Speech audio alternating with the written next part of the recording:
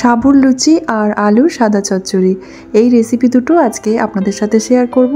সাবুর এই লুচিটা আপনারা যারা উপোস করে থাকেন অথবা যে কোনো ব্রত করেন অথবা যারা একাদশী পালন করেন তারাও কিন্তু খুব সহজেই বাড়িতে বানিয়ে খেতে পারেন। যে কোনো ব্রত করলে আমরা সাধারণত নিরামিষ খাবার দাবারই খেয়ে থাকি, আর নিরামিষের মধ্যে আমাদেরকে সাবু অথবা শ্যামা চালের কোনো জিনিসই বানিয়ে খেতে হয়। তবে কিন্তু সাবুর এই লুচিটা খেতে খুবই ভালো লাগে। চলুন রেসিপিটা শেয়ার করে নেওয়া যাক। কড়াইতে আমি দিয়ে দিয়েছি 1 বাটি সাবু, আর সাবুটাকে হালকা একটু নেড়েচেড়ে নিচ্ছি। এরপর আমি সাবুটা দিয়ে দিলাম একটা মিক্সির জারের মধ্যে, আর ভালো করে এটা মিহি পাউডার করে নেব। এটার মধ্যে কোনো জল দেব না। আলুটা আমি আগে থেকেই সেদ্ধ করে রেখেছিলাম। এবার সেদ্ধ আলুটাকে আমি এই গ্রেটারের মধ্যে দিয়ে ভালো করে একটু গ্রেট করে নিচ্ছি। আপনারা চাইলে আলুটাকে যে কোনো ম্যাশারের সাহায্যে একটু ম্যাশ করে নিতে পারেন, তবে আমি এই গ্রেটার দিয়ে করে নিলাম। তো এখানে আমি ছোট সাইজের 2টো সেদ্ধ আলু দিয়েছি, আর দিয়েছি 1 বাটি সাবুর গুঁড়ো। তারপরে দিয়েছি এর মধ্যে স্বাদ মতো নুন, আর সামান্য একটু দিয়ে দিয়েছি সাদা তেল। ওই 1 চামচ মতো সাদা তেল দিয়েছি। আর এখানে আপনারা একটু জোয়ানও দিতে পারেন অথবা একটু কালো জিরেও দিয়ে দিতে পারেন। খুব সামান্য করে জল দিয়ে আটাটাকে একটু কিন্তু প্রথমে নরম করেই মেখে নিতে হবে, কারণ যেহেতু সাবুটা ভেজানো ছিল না, সাবুটা শুকনো অবস্থায় আমি গুঁড়ো করে নিয়েছিলাম, তো সেই কারণে জল দেওয়ার পরে এটা কিন্তু একটু শক্ত হয়ে যাবে ডোটা। তো বেশ ভালো করে একটু নরম করেই মেখে এবার আমি এটাকে ঢেকে কিছুক্ষণের জন্য রেস্টে রেখে দেব। সাবুর লুচির সাথে আজকে আমি বানিয়ে নিচ্ছি আলুর সাদা চচ্চড়ি। তো আলুটা আগে থেকে বয়েল করাই ছিল। খুব সামান্য কড়াইতে দিয়েছি সাদা তেল, আর কালো জিরে আর কাঁচা লঙ্কা ফোড়ন দিয়েছি। এবার সেদ্ধ করে রাখা আলুটা দিয়ে দিয়েছি। উপোসের দিনে যারা সাদা তেলটা খান না তারা তেলের পরিবর্তে এখানে ঘি দিয়ে রান্নাটা করবেন। এবার আমি দিয়েছি নুন স্বাদ মতো, ভালো করে নেড়েচেড়ে নিলাম। কিছুক্ষণ নেড়েচেড়ে নিচ্ছি, খুব বেশি এটা লাল করে ভাজবো না, কারণ এর কালারটা আমি একটু বেশ সাদা মতোই রাখবো আর কি।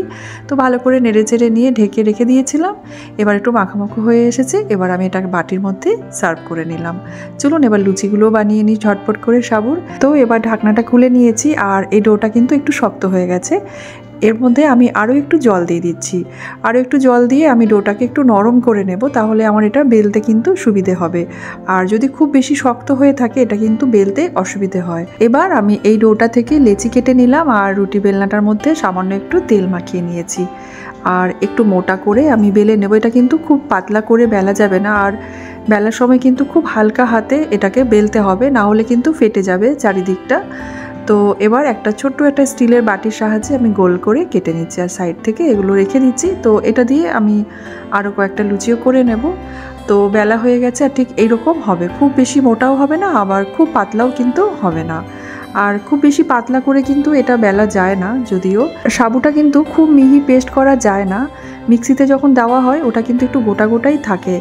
আটা বা ময়দাটা যেমন একদম মিহি হয়, তো সাবুটা কিন্তু অতটা মিহি করা যায় না। তো সেই কারণে বেলার সময় কিন্তু খুব সাবধানে এটা বেলতে হয়। একেবারে হালকা হাতে বেশি চাপ দিয়ে বেললে কিন্তু সাবুগুলো মানে ফেটে বেরিয়ে আসবে, লুচিগুলো কিন্তু এভাবে বেলা যাবে না। তো সেই কারণে এই বেলার সময় কিন্তু বেলার কাজটা খুব সাবধানে হালকা হাতে করবেন, তাহলে এরকম হবে। এবারে তেলটা আমি আগে থেকে গরম করে রেখেছিলাম। তো গরম তেলের মধ্যে লুচিগুলো এক এক করে দিয়ে দিচ্ছি, আর ভালো করে চেপে চেপে লুচিগুলোকে ভেজে নিচ্ছি। এটা কিন্তু খুব লাল করে ভাজা যায় না, আর যেহেতু সাবুর কালারটা একেবারে সাদা হয়, যতই ভাজা হোক না কেন এটার কালারটা কিন্তু খুব লাল হয় না। যাই হোক, হালকা হাতে সুন্দর করে লুচিগুলোকে ভেজে নিচ্ছে। লুচিগুলো কিন্তু প্রত্যেকটা লুচি বেশ ভালো মতোই কিন্তু ফুলেছে। একটু সময় নিয়ে মিডিয়াম আঁচে বেশ ভালো করে লুচিগুলো ভেজে নিতে হবে। তো লুচিগুলো ভাজা হয়ে গেছে, আর এদিকে আলুর সাদা চচ্চড়িটাও হয়ে গেছে। এবারে গরম গরম সাবুর লুচি আর তার সাথে আলুর এই সাদা চচ্চড়িটাকে সার্ভ করে নিচ্ছি।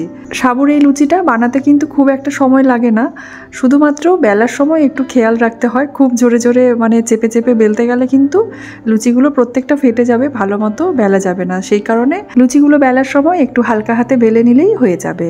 লুচিটা কিন্তু খুব সুন্দরভাবে ফুলেছে, আর ভেতরটাও কিন্তু খুব সুন্দরভাবে ভাজা হয়েছে, কোথাও কিন্তু কাঁচা নেই। গরম গরম সাবুর এই লুচিটা সাদা আলুর চচ্চড়ি সাথে খেতে কিন্তু অসাধারণ লাগছে। রেসিপিটা ভালো লাগলে আপনারা অবশ্যই বাড়িতে একবার বানিয়ে দেখতে পারেন। আশা করি আপনাদেরও খুব ভালো লাগবে। চলুন আজকের ভিডিওটাও এখানে শেষ করি। আর ভিডিওটা কেমন লেগেছে অবশ্যই এটা কমেন্ট করে জানিয়ে দেবেন। আমি আপনাদের কমেন্টের অপেক্ষায় রইলাম। আপনাদের সামনে আবার হাজির হব নতুন কোনো রেসিপি নিয়ে। আপনারা সবাই খুব ভালো থাকবেন, সুস্থ থাকবেন। ধন্যবাদ।